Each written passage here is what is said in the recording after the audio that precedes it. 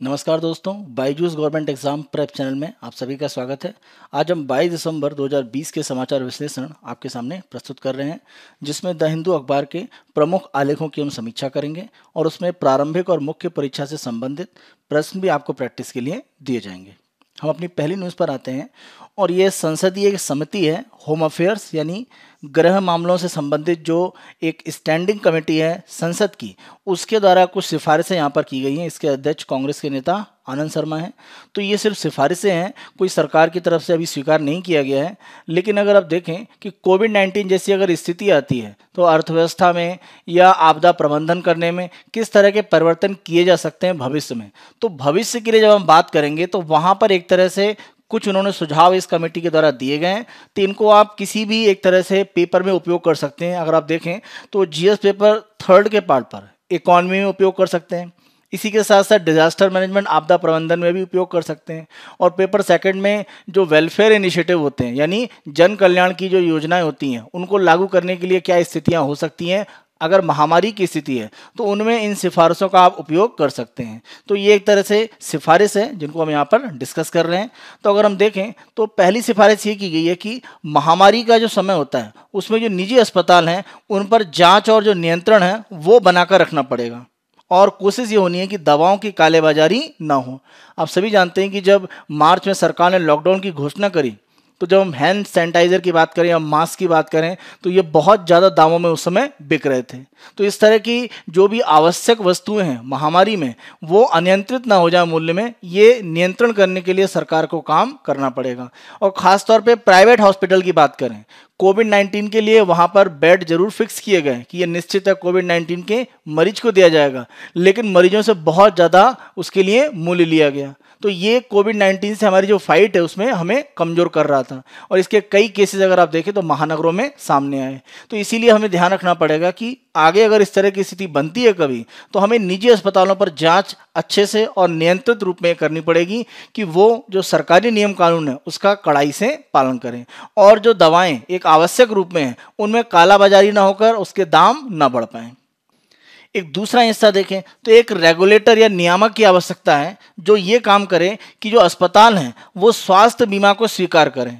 यानी कोविड-19 से अगर कोई मरीज ग्रसित था और वो इलाज के लिए गया तो उसके द्वारा अगर स्वास्थ्य बीमा लिया गया है तो उसका जो भुगतान है वो बहुत देर में किया गया या काफ़ी समस्या उनको आई। तो इस तरह की स्थितियां महामारी में ना बने तो स्वास्थ्य बीमा को स्वीकार्य बनाने के लिए अस्पतालों में एक नियामक संस्था होनी चाहिए जो इसका कार्य करे। तो स्वास्थ्य बीमा का उपयोग महामारी के समय इलाज करने के लिए एक धन के सहायता के रूप में उपयोग किया जा सकता है। तो इसको सुनिश्चित करने की आवश्यकता है, क्योंकि भारतीयों में बड़ी संख्या में स्वास्थ्य बीमा के बारे में जागरूकता बढ़ी है, लेकिन अगर महामारी में उसका उपयोग नहीं हो पाए, समय पर भुगतान ना हो पाए, तो ये किसी बहुत ज़्यादा काम का नहीं है। तो ये स्थितियां देखने के लिए एक नियामक सरकार को नियुक्त करने की आवश्यकता है। इसी के साथ साथ स्वास्थ्य बीमा वाले जो व्यक्ति हैं वो कोविड-19 का इलाज है वो कैशलेस करवा पाएं, इसको भी सुनिश्चित करना पड़ेगा। तो कहीं ना कहीं स्वास्थ्य बीमा की जो स्थितियां हैं उनको लागू करने में जो समस्याएं मरीजों को आई हैं कोविड-19 के समय में, इसके आधार पर एक तरह से ये सिफारिश गई है कि कैशलेस रूप में जो स्वास्थ्य बीमा है उसका ज़्यादा से ज़्यादा अस्पतालों में उपयोग हो और मरीजों को इलाज करने में समस्याएं ना आए। एक अगली सिफारिश कहती है कि राष्ट्रीय आपदा प्रबंधन प्राधिकरण यानी नेशनल डिजास्टर मैनेजमेंट अथॉरिटी, इनके द्वारा आपदा प्रबंधन में बड़े पैमाने पर योगदान किया जाता है, और कोविड-19 में भी इनका योगदान काफ़ी महत्वपूर्ण था।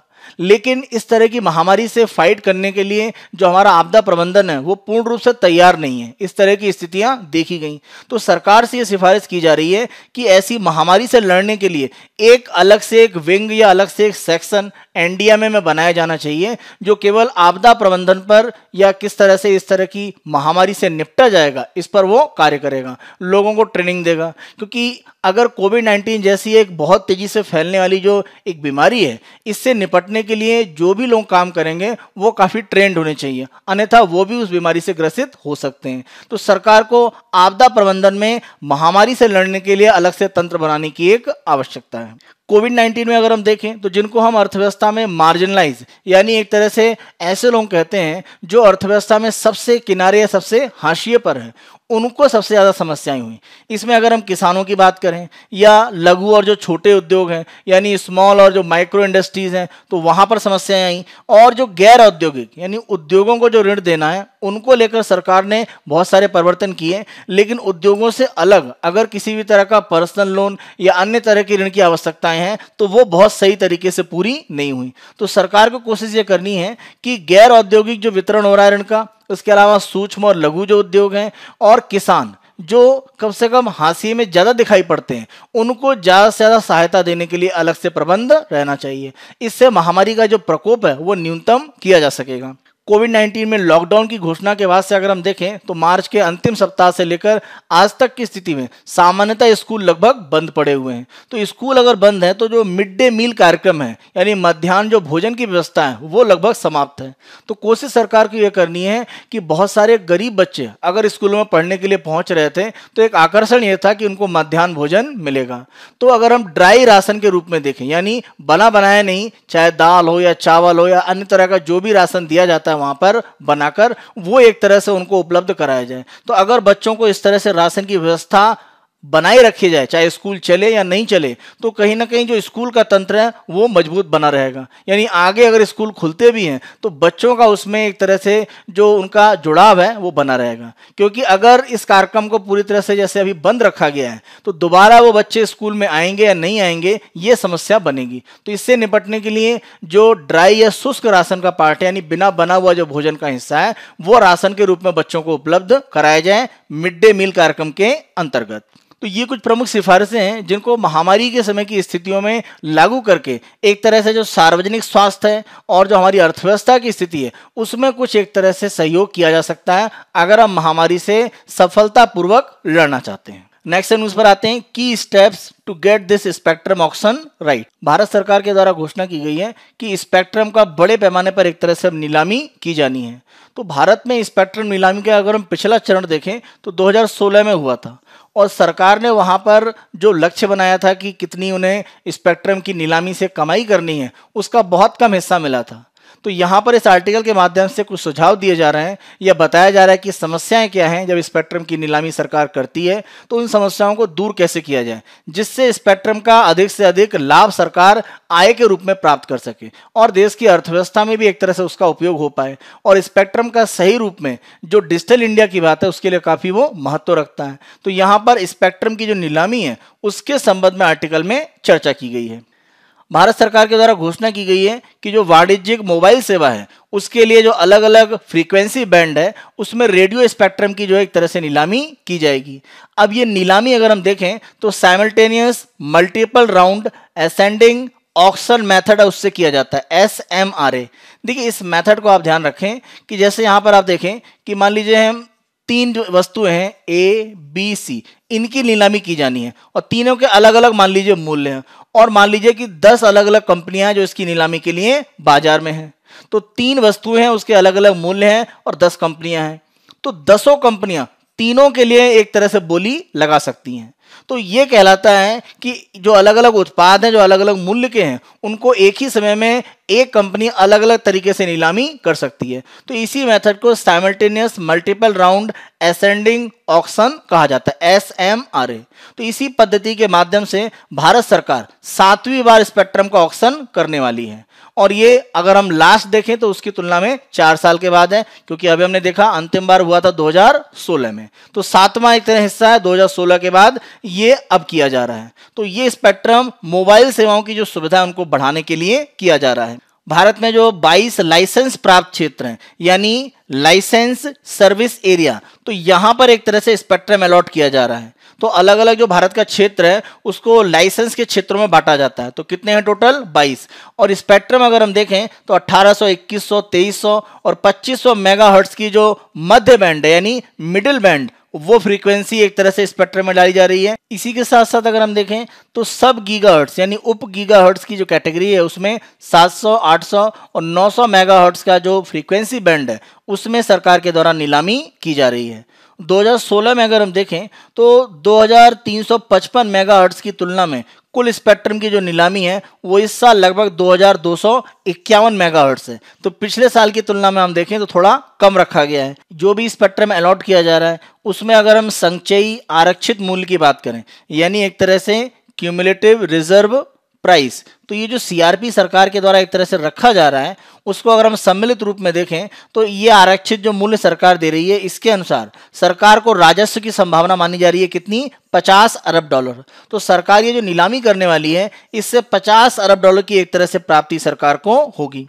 अगर हम तुलनात्मक रूप में 2016 से तुलना करके देखें तो 2016 में सरकार ने जब स्पेक्ट्रम एलोकेट किए थे नीलामी के माध्यम से, तो वहां सरकार को उम्मीद थी कि 90 अरब डॉलर की कमाई सरकार को होगी, और हुआ ये कि जो सरकार ने अनुमान लगाया था उसका मात्र 10वां हिस्सा यानी लगभग 9 अरब डॉलर के आसपास ही धन प्राप्त हो पाया। यानी सरकार ने जितना सोचा था उसका केवल 1/10वां भाग प्राप्त हुआ। तो ये स्थिति दोबारा न बन पाए, ये सरकार को ध्यान रखना पड़ेगा इस स्पेक्ट्रम की जो नीलामी की जा रही है उसमें। इसी के साथ साथ जो 2016 की नीलामी थी उसमें एक बड़ा आश्चर्यजनक बात थी कि 700 मेगाहर्ट्ज का जो स्पेक्ट्रम बैंड है उसकी बिक्री ही नहीं हुई थी, यानी एक स्पेक्ट्रम बैंड को किसी भी टेलीकॉम कंपनी के द्वारा नहीं खरीदा गया। तो दाम सरकार को कम मिले और साथ साथ सारे स्पेक्ट्रम की नीलामी भी नहीं हुई। तो ये दोनों समस्याएं 2016 की स्पेक्ट्रम नीलामी में सामने आई थी। तो इन्हीं समस्याओं से बचने के लिए सरकार को कहीं ना कहीं प्रयास करने की आवश्यकता है।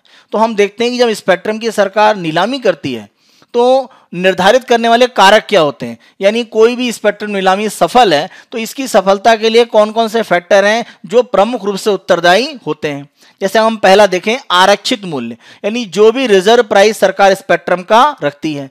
अगर बहुत ज्यादा हाई प्राइस है तो उम्मीद होती है कि जो स्पेक्ट्रम है उसकी नीलामी उतनी अच्छी नहीं होगी, और 2016 इसी कारण से माना जाता है कि वहां पर सरकार को ज्यादा एक तरह से लाभ नहीं हुआ, केवल 10वां हिस्सा प्राप्त हो पाया जो सरकार ने अनुमान लगाया। कारण जो आरक्षित मूल्य रखा गया था स्पेक्ट्रम का वो काफी ज्यादा था, तो ग्राहकों ने एक तरह से क्या है बोली कम लगाई। तो ये पहली समस्या है कि जो आरक्षित मूल्य है उनको एक तरह से नियंत्रित रूप में हमें रखना पड़ेगा कि वो बाजार में स्वीकार्य हो।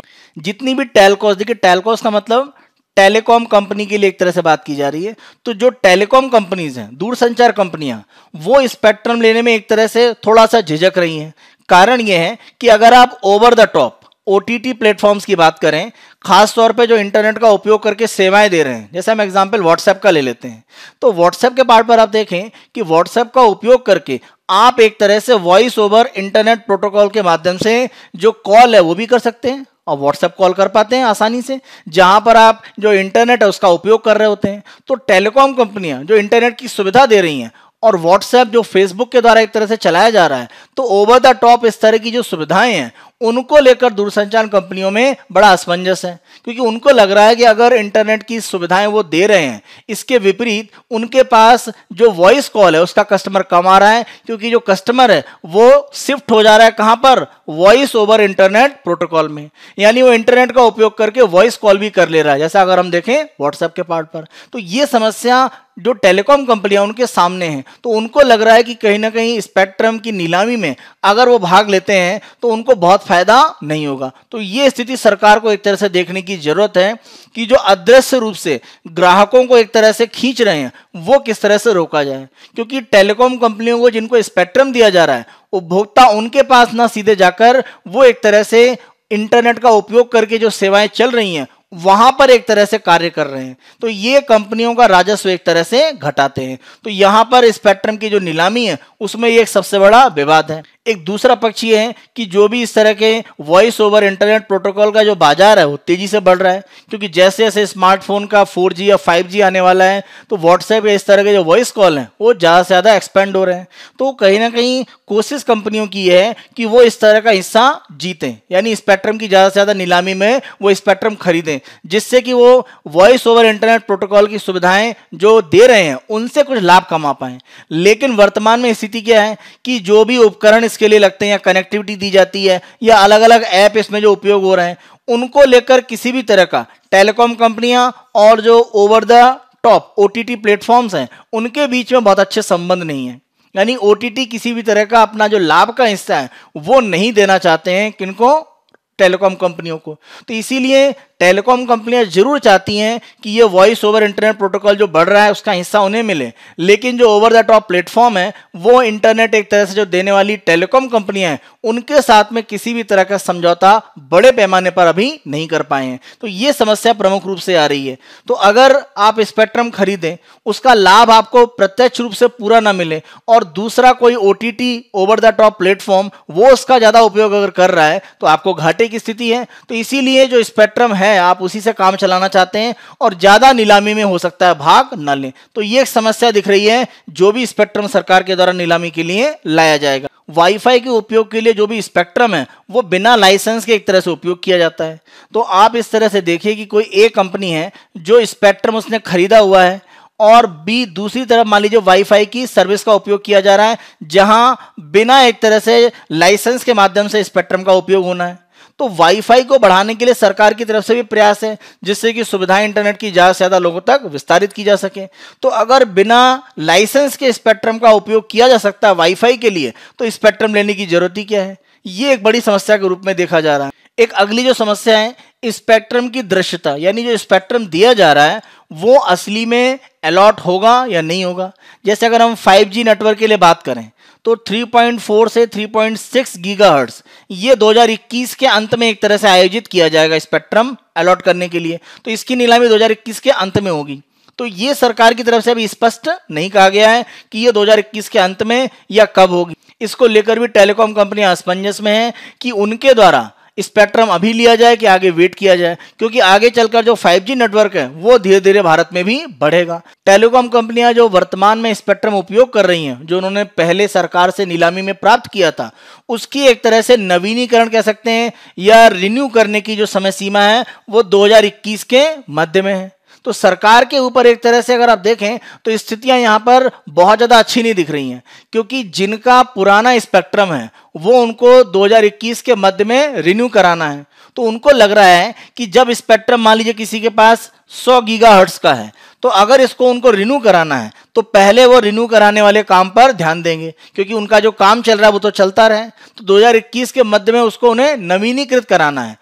तो जो कंपनियां अपने स्पेक्ट्रम को नवीनीकृत कराने के लिए अगले साल जाने वाली हैं वो स्पेक्ट्रम नया खरीदने में बहुत ज्यादा उत्साहित नहीं होंगी। तो ये भी एक समस्या के रूप में यहां पर देखा जा रहा है।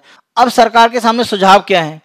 क्योंकि ध्यान रखें कोविड-19 के बाद जो भी एक तरह से डिजिटल एरा है उसमें एक बड़ा क्रांतिकारी परिवर्तन आ गया है। अब वर्क फ्रॉम होम या वर्क फ्रॉम एनीवेयर इस तरह की स्थितियां बन रही है। तो घर से किसी भी तरह का अगर आप काम करने वाले हैं तो हाई स्पीड इंटरनेट आपके लिए एक आवश्यक हिस्सा है। तो इसकी आवश्यकता भविष्य में मजबूत होगी। तो महामारी के दौर में कहीं ना कहीं स्थितियां इनके लिए बहुत अनुकूल हैं। तो ये एक पहला हिस्सा है। तो सरकार को यह सुनिश्चित करना पड़ेगा कि जो भी एक तरह से वो स्पेक्ट्रम यहाँ पर एलोकेट करने वाले हैं नीलामी के लिए वो सफलतापूर्वक बेचे जाएं। तो क्या क्या सरकार सुझाव है जो अपना कर जो नीलामी उसको सफल बना सकती है? पहला आप देखें कि जो आरक्षित मूल्य हैं उन पर दोबारा एक तरह से विचार किया जाना चाहिए और इनको कम करना चाहिए, क्योंकि अगर मूल्य ज्यादा रहेंगे तो नीलामी में ज्यादा बोली नहीं लगेगी। तो इसको एक तरह से नियंत्रित करके कुछ घटाने की आवश्यकता है। और विशेष रूप से आप देखें तो 700 मेगाहर्ट्ज की अगर हम बात करें तो जो देश के भीतरी इलाकों में गोल्डन बैंड के रूप में जाना जाता है, यानी हमारे जो इंटीरियर इलाका है वहां पर जो भी हमारी सर्विस है वो टेलीकॉम की पहुंचाने के लिए ये 700 मेगाहर्ट्ज की जो बैंड है वो काफी महत्वपूर्ण है। ट्राई के द्वारा ये अनुमान लगाया गया है और ये शायद सही भी हो कि जो 700 मेगाहर्ट्ज का जो बैंड है इसकी कीमत एक तरह से घटाई जाएगी। तो ये जो गोल्डन बैंड है जिसको बड़े पैमाने पर उपयोग किया जाएगा दूरसंचार सुविधाओं को बढ़ाने के लिए, उसमें भी कम से कम दाम जरूर कम किया जाए। तो अन्य में ना हो लेकिन 700 मेगाहर्ट्ज का जो बैंड है उसमें जरूर कम किया जाए। तो ये सरकार को एक तरह से देखने की आवश्यकता है। वाईफाई के प्रसार को बढ़ाने के लिए बिना लाइसेंस वाला जो स्पेक्ट्रम है 2.4, 5 और 60 गीगाहर्ट्ज का उसको एक तरह से ज्यादा से ज्यादा रिलीज किया जाए। तो अगर ऐसा होगा तो वाईफाई का जो नेटवर्क है वो भी एक तरह से मजबूती रूप में आगे बढ़ेगा, जो सरकार का प्रयास है। तो वहां पर भी सरकार जरूर ध्यान दे, क्योंकि वो भी एक महत्वपूर्ण हिस्सा है दूरसंचार सुविधाओं को बढ़ाने के लिए। तो उनके लिए बिना लाइसेंस का स्पेक्ट्रम है वो भी जारी किया जाए। भविष्य में जो भी स्पेक्ट्रम नीलामी होगी सरकार उसको स्पष्ट करे। खासतौर पे 3.3, 3.6, 26, 28 गीगाहर्ट्ज में जो भी एक तरह से स्पेक्ट्रम ब्लॉक हैं वो कब नीलामी पर आएंगे ये सरकार को बताने की आवश्यकता है स्पष्ट रूप से, जिससे वर्तमान प्रक्रिया में जो भी है वो पारदर्शिता आ सके और जो कंपनियां आगे बोली लगाना चाहती हैं वो यहां पर स्पेक्ट्रम न खरीदें। तो एक विस्तृत रूप में जो कार्यक्रम वो सरकार को बनाना पड़ेगा। और ओटीटी जो फर्म है उनको अब सूचना और प्रसारण मंत्रालय के अधीन एक तरह से विनियमित कर दिया गया है। हम इसको डिस्कस भी कर चुके हैं। तो जो इस तरह के डिजिटल प्लेटफॉर्म है ओटीटी, वो एक तरह से सूचना प्रसारण मंत्रालय के अधीन आ गए हैं। ओटीटी अगर सरकार के द्वारा नियंत्रित किए जाएंगे तो उनको कहीं ना कहीं दूर संचार कंपनियों के साथ मिलकर अच्छी सुविधाएं देने के लिए काम करना पड़ेगा, क्योंकि सरकार जब कुछ नियम कानून के माध्यम से उनको संचालित करेगी तो वो स्वतंत्र होकर पूर्ण रूप से जैसा अभी कार्य करते हैं नहीं कर पाएंगे। तो ऐसी स्थिति में जो ओटीटी प्लेटफॉर्म है और जो दूर संचार सेवाएं उपलब्ध कराने वाली कंपनियां हैं इनके बीच में समझौते होने की संभावना है। अगर ऐसा होगा तो स्पेक्ट्रम के जो आवंटन है, जो नीलामी हो रही है वो मजबूत हो पाएगी। तो ये सब कुछ इस तरह के भविष्य के काम है जो सरकार को प्रयास करने चाहिए कि मजबूत हो। इससे स्पेक्ट्रम की जो नीलामी है वो सफल रूप में हो सकती है। हमारे इसी डिस्कशन के आधार पर आप मेंस का क्वेश्चन लिखिएगा। भारत में स्पेक्ट्रम नीलामी के संबंध में समस्याएं तथा उनके समाधान के संबंध में विस्तृत चर्चा करें। तो समस्याएं देखें क्या क्या है, जैसे ज्यादा मूल्य है, या वाईफाई का जो नेटवर्क है वो ज्यादा बढ़ रहा है, या ओटीटी प्लेटफॉर्म ज्यादा लाभ कमा रहे हैं। तो इस तरह की समस्याएं बताएं और उनके समाधान जो हमने लास्ट में 4-5 डिस्कस किए हैं उनको भी आप डिस्कस करें। नेक्स्ट न्यूज पर आते हैं, वायरस वेरिएंट। अगर इस तरह के जो उत्परिवर्तन है म्यूटेशन के द्वारा नए संस्करण कोविड-19 वायरस के बनते हैं और वो काफी मजबूत अगर होंगे तो उनका एक तरह से सामना करना उतना आसान नहीं है। और ये जो आशंका व्यक्त की जा रही थी वो अब एक तरह से सच प्रतीत हो रही है, क्योंकि यूके में देखा जा रहा है कि एक ऐसा वेरिएंट सामने आया है वायरस का जो म्यूटेशन के द्वारा उत्पन्न हुआ है और उसका एक तरह से जो प्रभाव है लोगों में तेजी से एक तरह से वो फैलता है। तो वर्तमान में जो कोविड-19 का वायरस का जो फैलाव है, यानी एक व्यक्ति के द्वारा जितने लोगों को फैलाया जाता है उससे कहीं ज्यादा एक तरह से वो मजबूत है। तो ये स्थिति यूके में भी दिख रही है और इसी कारण से यूके में यूरोप के ज्यादातर देशों की जो फ्लाइट है वो बंद कर दी गई है, जितना परिवहन है वो सारा रोक दिया गया है। भारत ने भी एक तरह से तुरंत कार्रवाई करते हुए आज रात की जो मध्य रात्रि है उसके बाद से यूके में किसी भी तरह की फ्लाइट ऑपरेशंस को 31 दिसंबर तक के लिए कैंसिल कर दिया है। तो ये एक बड़ी समस्या के रूप में माना जा रहा है, क्योंकि वैक्सीन लगभग एक तरह से भारत में लॉन्च होगी जनवरी में, इसकी संभावनाएं प्रबल हैं। बहुत सारे देशों में जो लोग हैं उनको वैक्सीन दी भी जा रही है। तो अगर इस तरह का एक म्यूटेशन हो जाता है, एक उत्परिवर्तन के माध्यम से एक नया संस्करण वायरस का आता है, तो ये वैक्सीन के खिलाफ कितना कारगर होगा ये एक तरह से यहाँ पर चर्चा हो रही है। तो इसी जो नया संस्करण वायरस का दिख रहा है उसके संबंध में यहाँ पर आर्टिकल दिया गया है। कोरोना वायरस का जो नया संस्करण है उससे नए मामलों की संख्या भी बढ़ रही है और यूके में ये देखा गया है कि तेजी से उस म्यूटेशन वाला जो नया वायरस है उसके कारण जो केसेस है उनकी संख्या बढ़ी है। तो ये एक चिंता की स्थिति है। तो दिसंबर 2020 में जांच के तहत पहली बार इसको एक तरह से एक नए संस्करण के रूप में पाया गया, VUI 2020-12/01। तो एक तरह से आप कह सकते हैं कि पहला संस्करण ये दिसंबर में 2012 के पार्ट पर देखिए 2020 यानी इस साल के लिए 12 दिसंबर के लिए और 01 पहला संस्करण है, तो इसीलिए इसको VUI 2020-12/01 नाम दिया गया है। और ये सभी एक तरह से जो 23 उत्परिवर्तन है उनमें एक तरह से है। तो आप समझ सकते हैं कि जो वायरस का पार्ट है उसमें 23 अलग अलग एक तरह से उत्परिवर्तन म्यूटेशन हो चुके हैं ऑलरेडी। तो इसमें ये जो पाया गया ये काफी खतरनाक माना जा रहा है। जितने भी उत्परिवर्तन हुए म्यूटेशन उनमें अगर हम N501Y को देखें तो इस उत्परिवर्तन के द्वारा हुआ ये है कि जो वायरस है और जो होस्ट यानी जो मनुष्य है जिसमें वो वायरस एक तरह से प्रभाव डालेगा उसमें जो एक तरह से जुड़ने की जो प्रक्रिया है वो मजबूत हो गई है। तो इस कारण से हो क्या रहा है कि वायरस का जो प्रभाव है वो ज्यादा तेजी से फैलेगा। तो ये जो नया संस्करण यहाँ देखा जा रहा है ये माना जा रहा है कि कोविड-19 के वायरस को तेजी से फैलाएगा और ऐसा यूके में प्रमाण के रूप में माना भी जा रहा है। तो ये स्थिति एक खतरनाक स्थिति की ओर भविष्य में इंगित कर रही है। नया जो संस्करण है वो कोरोना वायरस का जो प्रारंभिक पार्ट है उसकी तुलना में 0.4 ज्यादा लोगों को एक तरह से संक्रमित कर सकता है। तो ये स्थिति दिखा रही है कि संक्रमण ये बढ़ाने में एक तरह से ज्यादा मजबूत है जो ओरिजिनल कोविड-19 वायरस था अगर हम उसकी तुलना में देखें। जो भी अभी तक का ये नया संस्करण पाया गया है, अभी इसके बारे में बहुत प्रमाणित सबूत नहीं है कि ये बीमारी की गंभीरता को कितना बढ़ा सकता है या इसके प्रभाव को कितना बढ़ाता है। तो ये तेजी से फैल जरूर सकता है, लेकिन तो तेजी से फैलने के बारे में जो स्पष्टता है वो तो कंफर्म हो रही है, लेकिन ये जो नया संस्करण है ये अगर किसी मनुष्य में प्रभाव डालता है तो उसको ज्यादा बीमार करेगा अभी की तुलना में, इस तरह के अभी कोई सबूत नहीं है। तो कितना खतरनाक होगा ये अभी नहीं देखा गया है, ये सिद्ध नहीं हो पाया है, लेकिन ये ज्यादा से ज्यादा लोगों में तेजी से फैलता है ये अवश्य सिद्ध हुआ है जो पुराना कोविड-19 का वायरस था उसकी तुलना में। तो एक अभी संभावना यहां पर बची है कि हो सकता है कि इसका प्रभाव बीमारी को बढ़ाने में उतना ज्यादा ना हो। अगर ऐसा होगा तो ये कहीं ना कहीं हमारे लिए सकारात्मक हो सकता है। कोविड-19 का अगर आप वायरस का एक तरह से आपने एक आउटलाइन स्ट्रक्चर देखा हो तो इसमें इस तरह के स्पाइक निकले होते हैं। तो ये जो स्पाइक हैं, तो ये जो स्पाइक प्रोटीन का पार्ट है, तो जो माना जा रहा है कि नया उत्परिवर्तन हुआ है, नया संस्करण जो वायरस का आया है वो स्पाइक प्रोटीन क्षेत्र में एक तरह से प्रमुख रूप से परिवर्तन कर रहा है। नई वैक्सीन जो कोविड की आई हुई हैं, जो प्रमुख रूप से 2 उपयोग की जा रही हैं, उनमें अगर आपातकालीन उपयोग किया जाता है तो किसी तरह की बहुत समस्याएं नहीं है। कारण यह है कि जो वैक्सीन है वो स्पाइक प्रोटीन का जो क्षेत्र है उन्हीं के खिलाफ एक तरह से एंटीबॉडी का उत्पादन करता है, और ये जो उत्परिवर्तन है ये इसी स्पाइक का जो प्रोटीन का भाग है वहां पर हुआ है, और वैक्सीन इसी को सबसे ज्यादा एक तरह से प्रभावित करती है और यहीं पर एंटीबॉडी का उत्पादन होता है। तो इसीलिए माना जा रहा है कि वैक्सीन का जो प्रभाव है उसकी कमी एक तरह से नहीं होगी और उसका प्रभाव वैसा ही बना रहेगा। और उसी के साथ साथ ध्यान रखें जो टी सेल है वो भी हमें एक तरह से प्रतिरक्षा प्रदान करती हैं। संभावना यह भी है कि अगर वायरस में उत्परिवर्तन म्यूटेशन अधिक होता है तो जो टीके अभी हैं उनमें कुछ मामूली एक परिवर्तन किया जा सकता है। अब अगर नया संस्करण आ गया है तो ये एक तरह से जिम्मेदारी सरकारों पर बनती है कि जो भी यहाँ पर टीकाकरण कार्यक्रम किया जा रहा है, पहला कि उसकी जो प्रभावशीलता है उसको एक तरह से ट्रैक किया जाए, यानी जिसको यह वैक्सीन लगाई जाए उस पर कितना उसका प्रभाव पड़ रहा है वो एक तरह से उसकी जांच की जाए।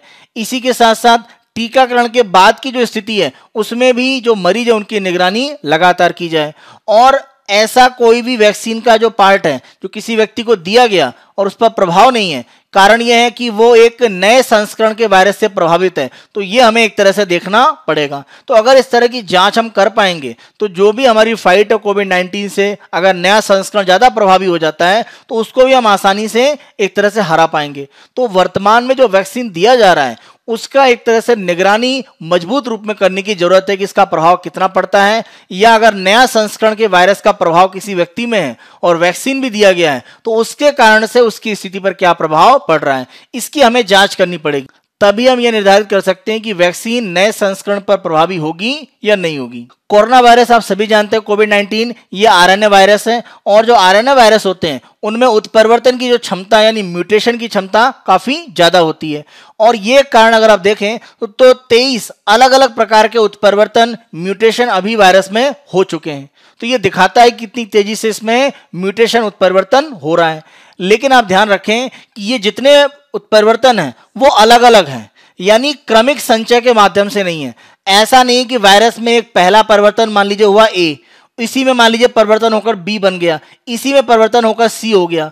तो एक ही ऐसा नहीं कि परिवर्तन होते होते वायरस का नया हिस्सा आया है, हुआ यह है कि एक ही वायरस के अलग अलग संस्करण आ रहे हैं, तो सब अलग अलग हैं। तो अगर एक ही आपका उत्परिवर्तन होता और उसी उत्परिवर्तन में और ज्यादा होता जाता और अंतिम रूप में एक मजबूत वायरस बन जाता तो ये हमारे लिए ज्यादा समस्या होती।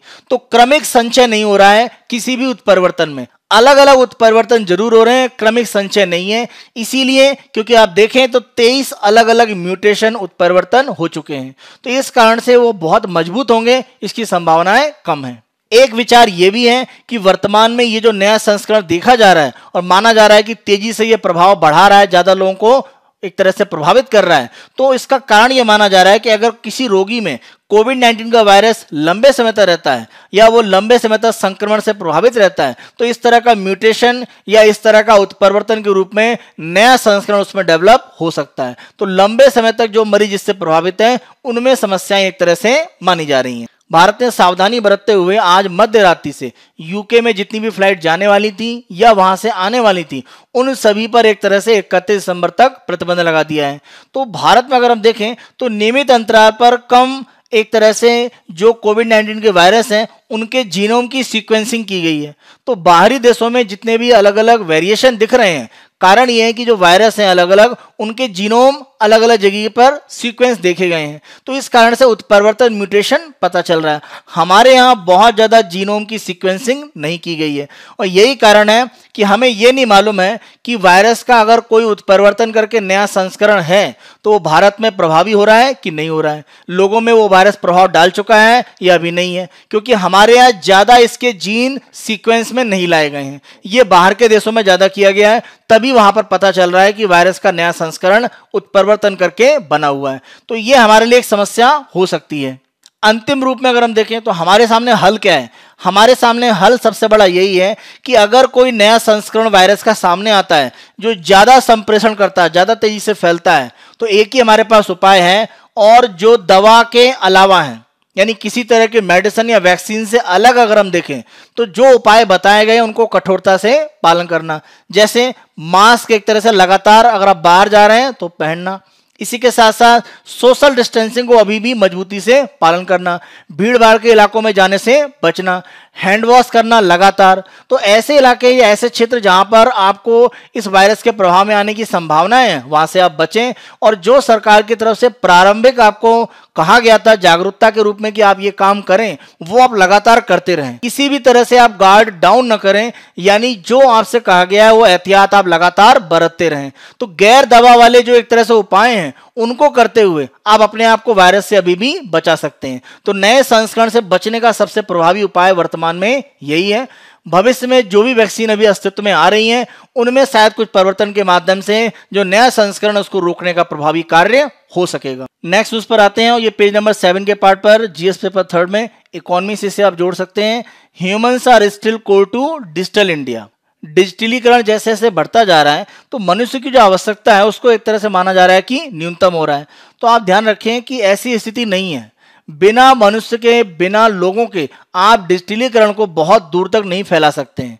यानी अगर मान लीजिए कोई निरक्षर व्यक्ति हम मान लेते ए है, उसको अगर किसी भी तरह से ऑनलाइन माध्यम से उसके खाते में पैसा भेजा जा रहा है तो उसके संबंध में वो स्वयं रूप में सारे काम नहीं कर सकता है, उसको कोई ना कोई सहायक या असिस्टेंस की एक तरह से जरूरत होगी। तो यही सहायक यहाँ पर कहा जा रहा है कि आप जब डिजिटल इंडिया की बात कर रहे हैं, जो मध्यस्थ है, जो मीडिएटर हैं, जो सुविधाओं को अंतिम लोग तक पहुंचाते हैं, उनको हमको एक तरह से ध्यान देने की जरूरत है। जब तक हम उन्हें मजबूत नहीं करेंगे पूरा हमारा डिजिटल इंडिया का जो कार्यक्रम है वो सफल नहीं हो सकता है। इसी आधार पर हमारे आर्टिकल में प्रमुख रूप से चर्चा की गई है। तो यहां अगर हम देखें तो डिजिटल इंडिया में मनुष्य, सरकार और नागरिक, यानी कोई भी ऐसा व्यक्ति जो इस तरह के कार्य करता है, कोई सामाजिक कार्यकर्ता हो सकता है, कोई राजनीतिक पार्टी का व्यक्ति हो सकता है, कोई एनजीओ का एक तरह सदस्य हो सकता है, तो वो सरकार और नागरिक के बीच में एक कह सकते हैं एक ब्रिज या एक पुल के रूप में काम करता है। तो इस तरह की जो काम है वो कहीं ना कहीं मध्यस्थों के द्वारा किए जाते हैं। इन मध्यस्थों पर अगर हम देखें तो औपचारिक रूप से इनको कोई समर्थन या जो इनकी भूमिका है इसको किसी तरह का बहुत सपोर्ट आज तक नहीं मिला है। तो हमें इन्हें कहीं ना कहीं मजबूत करने की आवश्यकता है, क्योंकि बिना इनके आप डिजिटल इंडिया का सपना नहीं देख सकते हैं। जब हम ई गवर्नेंस की बात करते हैं तो ज्यादातर राज्यों में आप देखें तो जो मध्यस्थ है उनके रोल को बहुत ज्यादा स्वीकार नहीं किया गया। कुछ राज्य ऐसे हैं जो इस तरह के व्यक्तियों को प्राथमिकता देते हैं जो सेवाओं को अंतिम व्यक्ति तक पहुंचा रहे हैं। इसका सबसे अच्छा एग्जाम्पल आंध्र प्रदेश है, जहां पर 16,000 से अधिक वार्ड सचिव और स्वयं सेवकों के साथ नागरिकों के दरवाजे तक सरकारी सेवाओं को प्रदान करने के लिए वार्ड सचिवालय कार्यक्रम शुरू किया गया। तो इस तरह का काम जो आंध्र प्रदेश में शुरू किया गया, तो उद्देश्य क्या है कि सरकार की योजनाएं अंतिम व्यक्ति तक पहुंचे, और अगर व्यक्ति सुविधाएं लेने में असमर्थ है, मान लीजिए वो गरीब है या मान लीजिए दिव्यांग है, तो अगर ऐसे व्यक्ति हैं तो सरकार को कोई ऐसा तंत्र बनाना पड़ेगा कि सरकार से सुविधा उनके तक पहुंचे। तो इसके लिए मध्यस्थ की आवश्यकता महसूस होती है। मध्यस्थ प्रमुख रूप से अगर देखें तो नागरिकों को एक तरह से जागरूकता प्रदान करते हैं, यानी डिजिटल सेवाएं जो सरकार की हैं उसको प्राप्त करने के लिए जो एक तरह से हमारे अधिकार है राज्य से, किसी भी तरह के अधिकार जो हमें राज्य से प्राप्त होते हैं, तो उनके लिए अगर हम जागरूक नहीं है तो ये मध्यस्थ हमको उस तरह की जागरूकता प्रदान करते हैं, और जो भी सुविधाओं को प्राप्त करने में बाधाएं हैं उनको दूर करने में मदद करते हैं। और जो भी इस तरह की क्षमता, जैसे मान लीजिए सरकार के द्वारा कोई कियोस्क बनाया गया है जिसके माध्यम से सरकारी योजनाओं का आप लाभ उठा सकते हैं, तो ये जो क्षमता है वो आप तक इसके बारे में सूचना देना। यानी आपको अगर नहीं पता है कि आपके 5 से 10 किलोमीटर के इलाके में एक सरकारी कियोस्क है जहां जाकर आप ऑनलाइन बहुत सारी सरकारी सुविधाएं प्राप्त कर सकते हैं, तो ये जानकारी जो आपको दे रहा है, तो वो सरकारी जो क्षमता है उसमें आपका विश्वास बढ़ाकर जो सरकारी योजनाओं के लागू होने में जो दिक्कतें हैं उनको समाधान के रूप में एक तरह से प्रस्तुत करता है। तो ये मध्यस्थ का एक तरह से कार्य है सरकारी सेवाओं को लोगों तक पहुंचाने में। जब हम सरकारी सुविधाओं की बात करते हैं नागरिकों के लिए, तो उनके लिए स्थितियां बदतर या बहुत खराब हो जाती हैं जो समाज में हाशिए पर है। जैसे गरीबों की बात करें, महिलाओं की, बुजुर्गों की, या जाति और लिंग के आधार पर जो अल्पसंख्यक हैं। जैसे जाति लिंग के आधार पर देखें तो धार्मिक जो अल्पसंख्यक समुदाय हैं, या हमारे यहाँ जो लैंगिक विभेद किया जाता है, तो इस तरह से जो अंतर है समाज में, वो अगर सुविधाएं प्राप्त करने में समर्थ नहीं है तो मध्यस्थ इसमें एक बीच की कड़ी हो सकते हैं। जो समाज में हाशिए के वर्ग हैं उनको सुविधाएं उपलब्ध कराने में मदद कर सकते हैं। मध्यस्थ के द्वारा कोशिश ये होती है कि कोई भी व्यक्ति अगर किसी भी सुविधा को लेकर कोई शिकायत उसकी है, तो वो शिकायत को एक तरह से सहयोग के रूप में जो भी सही अधिकारी है वहां तक पहुंचाता है और तब तक उस व्यक्ति का साथ देता है कि जब तक उसको वो सुविधा प्राप्त ना हो जाए। तो यहां पर मध्यस्थ का रोल सरकार में एक तरह से शिकायत पहुंचाना, शिकायत का जो निवारण है वो अंतिम रूप में सुनिश्चित करना। इससे जनता और सरकार की जो भागीदारी है वो मजबूत होती है और प्रशासनिक ढांचे की मजबूती के लिए दोनों का आपस में सहयोग करना आवश्यक है और इस सहयोग में मध्यस्थ एक बीच की कड़ी बनता है। मध्यस्थ के लिए एक स्टेटमेंट दिया जाता है और ये लोगों के द्वारा कहा जाता है कि ये लोग यानी मध्यस्थ लोग सरकार को देखने में हमारी मदद करते हैं। यानी अगर कोई नागरिक है तो उसको अगर सरकारी सुविधाएं नहीं मिल पा रही हैं और मध्यस्थ के माध्यम से मिल रही हैं, तो सरकार उसके सामने कैसे आ रही है? मध्यस्थ के माध्यम से। तो व्यक्तियों को सरकार का रूप तभी दिखाई पड़ता है जब कभी कभी मध्यस्थ उनके सामने आते हैं। अगर लोगों में जागरूकता नहीं है, जो जागरूक हैं वो सरकारी सुविधाओं का लाभ स्वयं लेते हैं, जो जागरूक नहीं है वो एक तरह से सरकारी तंत्र के बहुत आसपास नहीं दिखते हैं या सरकारी तंत्र उनके पास नहीं होता है। तो मध्यस्थ सरकारी तंत्र को लोगों तक पास ले जाने का काम करते हैं। इसीलिए कहा जाता है कि मध्यस्थ लोग सरकार को देखने में उनकी मदद करते हैं। मध्यस्थ अगर हम देखें तो एक तरह से ऑनलाइन सुविधाएं जो डिजिटल इंडिया की हैं उनको देने के लिए एक तरह का ऑफलाइन आर्किटेक्चर है। तो एक तरह से एक ढांचा है जो ऑफलाइन रूप में उपस्थित है, जिसके माध्यम से ऑनलाइन सुविधाओं को अगर हम फैलाना चाहें तो हम उनकी सहायता ले सकते हैं और राज्य के काम को बेहतर तरीके से सक्षम बनाने में इनका काफी महत्वपूर्ण रोल है। इसमें हम देखें तो राजनीतिक और गैर राजनीतिक सभी प्रकार के व्यक्ति और समूह हो सकते हैं और खास तौर पर अगर हम राजनीतिक सामाजिक कार्यकर्ता की बात करें या सामुदायिक नेता की बात करें तो उनकी कोशिश ये रहती है कि लोगों की ज्यादा से ज्यादा मदद करना। उनके लिए आकर्षण क्या है? वोट। अगर कोई व्यक्ति किसी कॉन्स्टिट्यूएंसी में चुनाव लड़ने के लिए एक तरह से उसका मन है, वो ज्यादा से ज्यादा लोगों के द्वारा जो भी कार्य उन्हें करने में वो सहायता प्रदान करें, तो वोट उसके लिए एक आकर्षण जरूर है, लेकिन लोगों तक सुविधाएं पहुंच रही हैं ये एक आवश्यक तथ्य भी है। तो इस रूप में राजनीतिक, सामाजिक या जो सामुदायिक नेता है वो भी अपना कार्य करते हैं। तो इनको भी आप मध्यस्थ के रूप में एक तरह से मजबूत रूप में मान सकते हैं। इसी के साथ साथ अलग अलग समुदाय के जो संगठन है, जो धार्मिक या जातिगत आधार पर आप कहें या भाषाई आधार पर जो संगठन है, तो वो भी अपने विशेष क्षेत्र में विशेष लोगों को सरकारी सुविधाएं पहुंचाने के लिए कार्य करते हैं। इनको भी आप मध्यस्थ की एक श्रेणी में डाल सकते हैं। और जो एनजीओ हैं इनको एक तरह से आप मध्यस्थ की सबसे मजबूत हिस्सा मान सकते हैं, जो सरकारी सुविधाओं को लोगों तक जागरूकता के रूप में पहुंचाने में एक महत्वपूर्ण रोल अदा करते हैं। अगर हम मध्यस्थ के ऊपर एक तरह से कार्य करें तो नागरिक सेवाओं की जो राज्य की क्षमता है वो मजबूत होगी।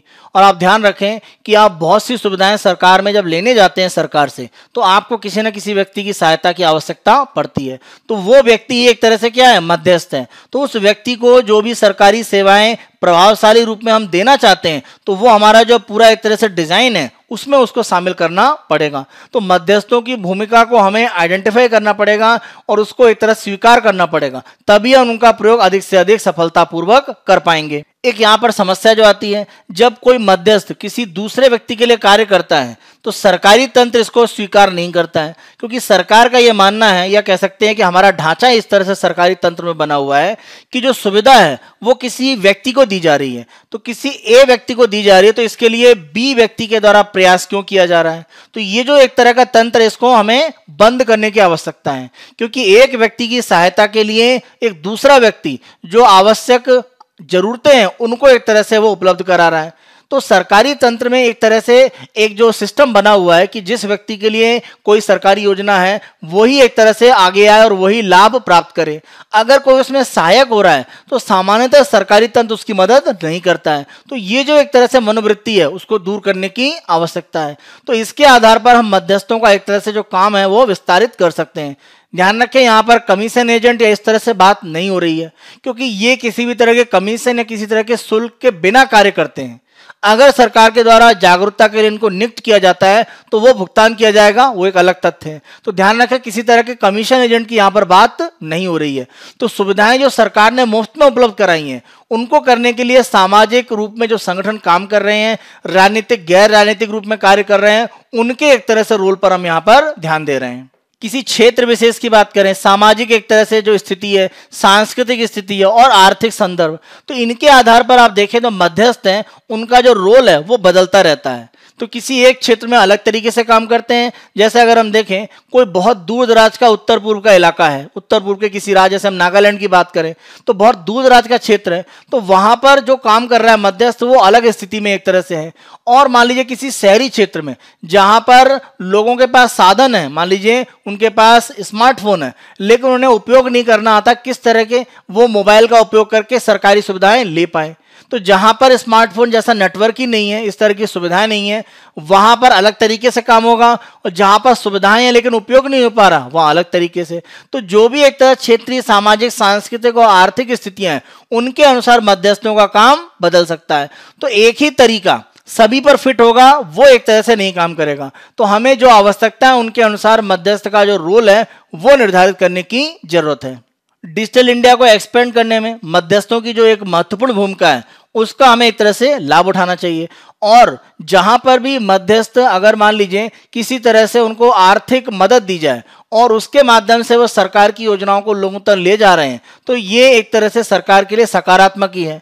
क्योंकि अगर सरकार की योजनाओं का लाभ लोगों को नहीं मिल रहा है तो भ्रष्टाचार के रूप में कहीं ना कहीं फंड का दुरुपयोग किया जा रहा है। तो अगर आप एक मध्यस्थ के रूप में कोई ऐसी संस्था बनाते हैं या कोई ऐसे व्यक्तियों को नियुक्त करते हैं जो सुविधाएं लोगों तक पहुंचाएंगे, यानी उनके दरवाजे तक सुविधाओं को ले जाएंगे, तो ऐसी स्थिति में जो भ्रष्टाचार है वो न्यूनतम स्तर पर जाएगा। तो इसीलिए मौद्रिक लाभ अगर हमें मध्यस्थ को देना भी पड़े और सुविधाएं पहुंच रही हैं तो इसको हम सुनिश्चित करने के लिए कर सकते हैं। तो इस पर भी हमें ध्यान देने की आवश्यकता है। शासन में जो भी एक तरह से योजनाओं के परिणाम हम चाहते हैं उनके लिए मध्यस्थ एक महत्वपूर्ण कड़ी है। जैसे अगर हम कोई फूड डिलीवरी ऐप की बात करें, जैसे स्विगी की बात करें, या अगर हम एक तरह से रेंटल पर जो भी हम व्हीकल्स लेते हैं आने जाने के लिए, तो जैसे अगर हम उबर की बात करें, तो ये जो संस्थाएं हैं, तो जब स्विगी की बात करते हैं तो जो भी डिलीवरी एजेंट है वो उनके काम की महत्वपूर्ण कड़ी है। उबर की अगर हम बात करें या ओला की बात करें तो उनके लिए ड्राइवर एक महत्वपूर्ण कड़ी है। तो बिना डिलीवरी एजेंट और बिना ड्राइवर के स्विगी, जोमेटो या उबर, ओला जैसी कंपनियां हैं वो अपने काम को कैसे संचालित करेंगी। तो यही स्थिति एक तरह से आप मानकर चलें कि भारत सरकार की डिजिटल इंडिया जो पहल है उसमें जो मध्यस्थ है वो सरकार के लिए एक तरह से डिलीवरी एजेंट या एक तरह से जो ड्राइवर है उनके रूप में कार्य करेंगे। तो इसके रूप में सरकार को इनका जो रोल है, जो इनकी भूमिका है, वो स्वीकार करना आवश्यक है। जो भी भारत में प्रशासन का मॉडल है इसके स्वाभाविक विस्तार के रूप में मध्यस्थों को मजबूत करना भविष्य में आवश्यक हो जाएगा। भारत में अगर हम देखें तो म्यूचुअल फंड का वर्तमान में एक जो मजबूत बाजार बना है इसमें मध्यस्थों की बहुत बड़ी भूमिका रही है। आप देखें कि उन संस्थाओं के माध्यम से जो लोगों तक म्यूचुअल फंड के बारे में सही सूचनाएं पहुंचा रहे हैं वो मध्यस्थ हैं। कंपनी ने म्यूचुअल फंड जारी किया और खरीदना किसको? उपभोक्ता को। तो ये कंपनी है और ये कस्टमर है। तो कंपनी का जो म्यूचुअल फंड है वो कस्टमर तक जाएगा कैसे? तो बहुत सारी ऐसी संस्थाएं हैं मध्यस्थ के रूप में जो म्यूचुअल फंड के बारे में सही सूचनाएं उपभोक्ता तक दे रही हैं। जैसे म्यूचुअल फंड सही है, इस तरह का इनिशिएटिव आप देखते हैं। तो ये जो है ये मध्यस्थ हैं।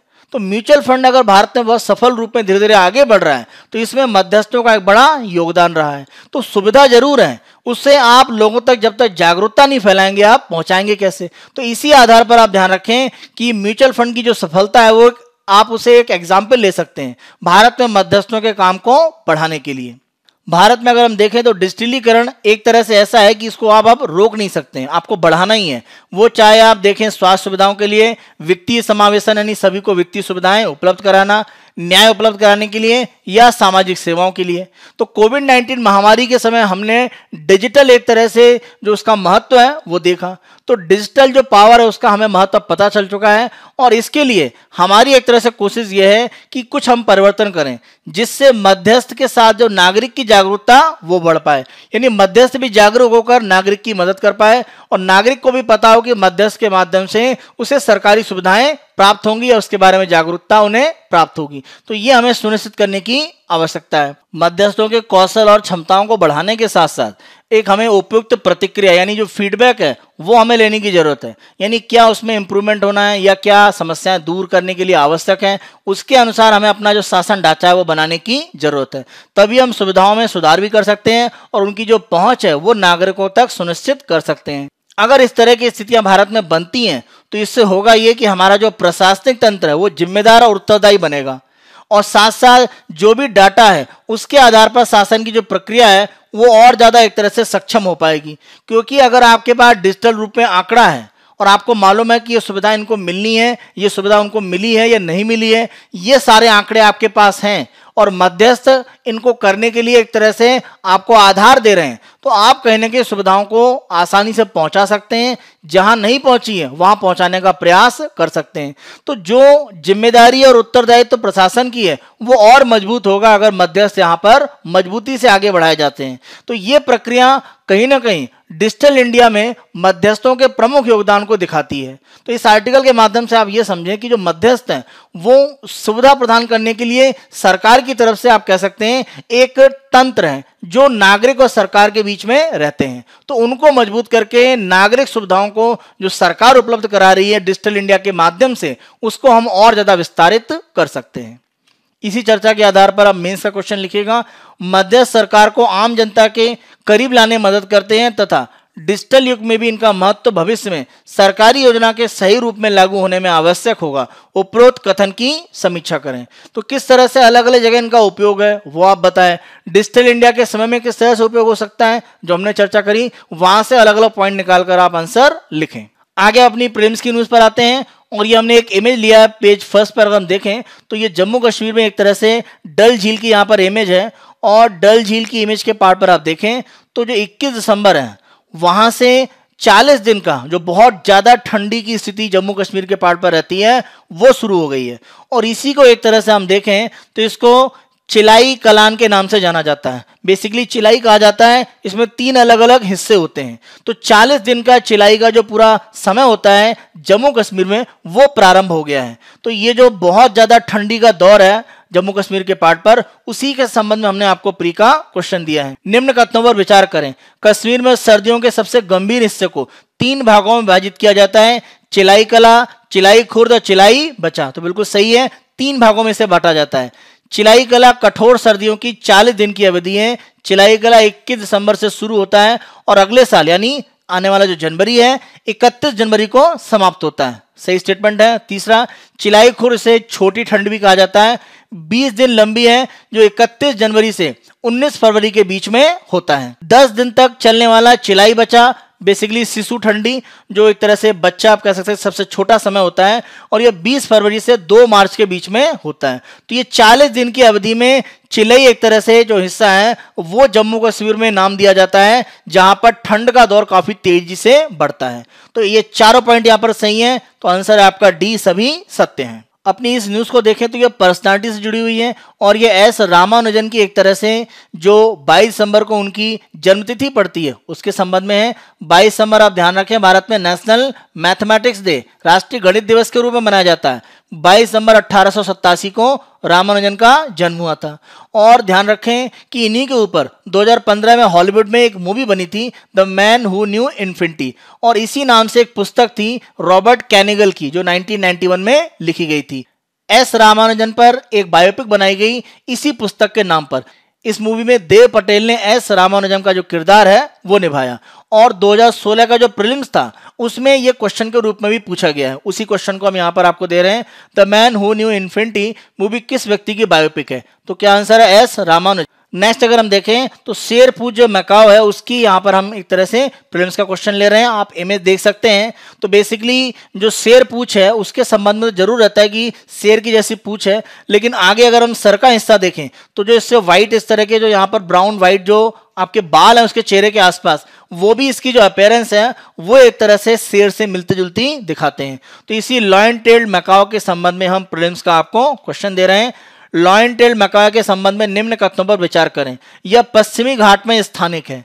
तो पश्चिमी घाट में ये एंडेमिक यहीं पर पाया जाता है। तो पश्चिमी घाट के बड़े क्षेत्र में यह प्रमुख रूप से पाया जाता है। पहला पॉइंट सही है। दूसरा, IUCN यानी international union for conservation of nature की जो रेड डाटा सूची होती है इसमें इसे गंभीर संकटग्रस्त प्रजाति के रूप में अंकित है। तो ध्यान रखें ये संकटग्रस्त है, एंडेंजर्ड है, लेकिन क्रिटिकली यानी गंभीर रूप से ऐसा नहीं है। तो गंभीर लगा हुआ इसीलिए पॉइंट गलत है। लॉयन टेल्ड मैकाओ की अगर हम बात करें संकटग्रस्त जरूर है IUCN की लिस्ट में, क्योंकि लगभग 2500 के आसपास इनकी जनसंख्या मानी जाती है। तो संकटग्रस्त जरूर है लेकिन गंभीर रूप से नहीं है। तो पहला पॉइंट सही है केवल, दूसरा गलत है।